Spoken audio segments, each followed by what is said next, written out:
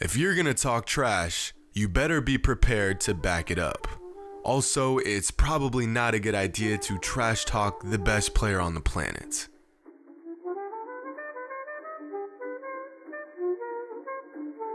What's up everybody, it's Jimmy, and if you've been tuning into this channel for some time now, you're probably familiar with some of the all-time trash talking moments in NBA history. Regardless of who it is or what was said, someone is getting bodied. Sometimes physically and sometimes in more devastating cases, mentally.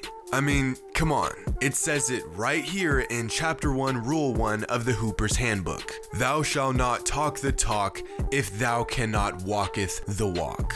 And today's story is no different. But to really dive into this one, we have to take a trip back to the mid-90s when a young player with all the talent in the world decided he would pick a fight with the greatest player to ever lace up.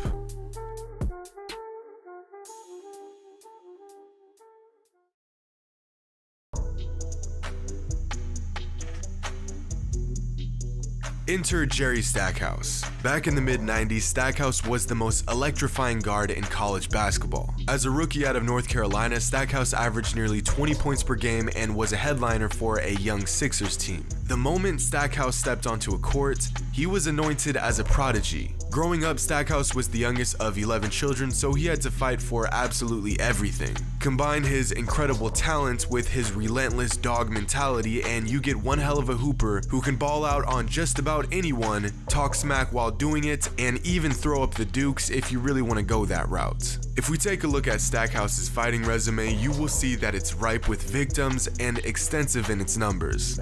Well, you have a reputation as being someone who wasn't afraid ever to throw hands, so give me a numerical answer to this question. The number of times in his pro career that Jerry Stackhouse got into a fist fight with a teammate was? I said, man, it might have been 5 times. Maybe 5 times. As I understand it, you made the man bleed and he told you that he needed to bleed? He needed it. Well, you said these fights are all good, but it can't be all good to the guys that wind up getting beaten up. I don't know if I regret any of them. Simply put, Jerry Stackhouse wanted all the smoke. But do y'all know that saying, he wrote a check he couldn't cash? Well, after years of writing all sorts of fat checks and cashing out time after time, Stackhouse done wrote a check that bounced so hard he had to close his whole damn account. Because in the summer of 1995, Jerry Stackhouse trash talked Michael Jordan and you know where this is going. But just 6 months before Stackhouse and Jordan met on the NBA courts, they faced off on a different court where a few witnesses saw something take place that only a few men have ever accomplished. Back in the summer of 1995, UNC was hosting open gyms for Tar Heel alumni. This is something they did every year, but on this year in particular, Michael Jordan joined in on a few occasions to get some runs in. This was around the same time he was making his return to the NBA, so he had to shake off some of that rust. Not that MJ ever gets rusty, but after an early playoff exit to the Magic earlier that spring, Michael needed to get back to the top of his game. While Jordan was getting back into championship form, Stackhouse was coming off a sensational sophomore season at North Carolina and was ready to take the crown as the most lethal shooting guard to come out of UNC. Luckily for us, it just so happens that at a Tar Heel warm-up session that summer, a very confident Stackhouse and Michael Jordan faced off for the very first time, and according to Jerry, at just 20 years old, he got the best of Mike at that open gym. In fact, Stackhouse recalls beating Jordan so badly that they ended up playing one-on-one, and he beat Michael Jordan in that as well. Stackhouse got so ahead of himself that he even went off and told the media about his one-on-one victory against Mike, letting everyone know that as a college kid, he beat Michael Jordan twice in the same day. Now, MJ being MJ, never addressed Jerry's comments to the media, but little did Stackhouse know, Jordan heard his comments, made note of them, and was biding his time, waiting for the right moment to teach the young kid a lesson. A lesson that he would soon never forget.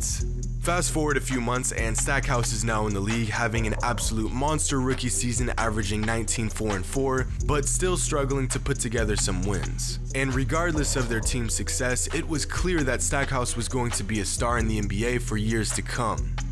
But no matter how many points he put on the board, no matter how many heads he turned, Stackhouse couldn't avoid that inevitable matchup against the man that he beat one-on-one.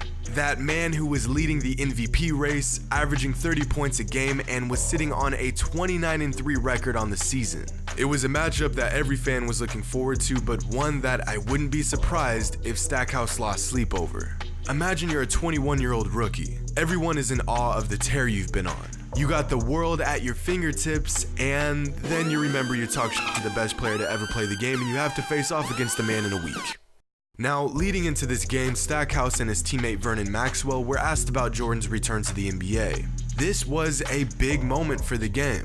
MJ coming out of retirement to light up the basketball world once again. Just before the game, when asked about Michael's return to the NBA, Vernon Maxwell said that Jordan was overhyped and he was sick of hearing about him, saying to the press, "To hell with Michael." Mind you, Vernon Maxwell is one of a few players that openly hates Jordan. He has said on numerous occasions that he wanted to fight him and that the Bulls were no match for the Rockets in the 90s.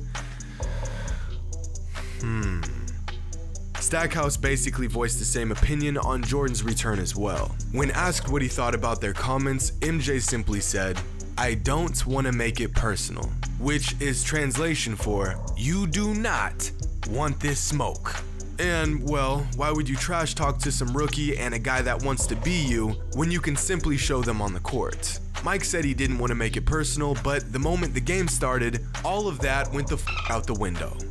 You know, Red, this might be interesting here tonight. Jerry Stackhouse, whether it was tongue-in-cheek or not, has said on several interview occasions that he has played Michael Jordan in the offseason down in North Carolina and was beating him on one-on-one games, that type of thing.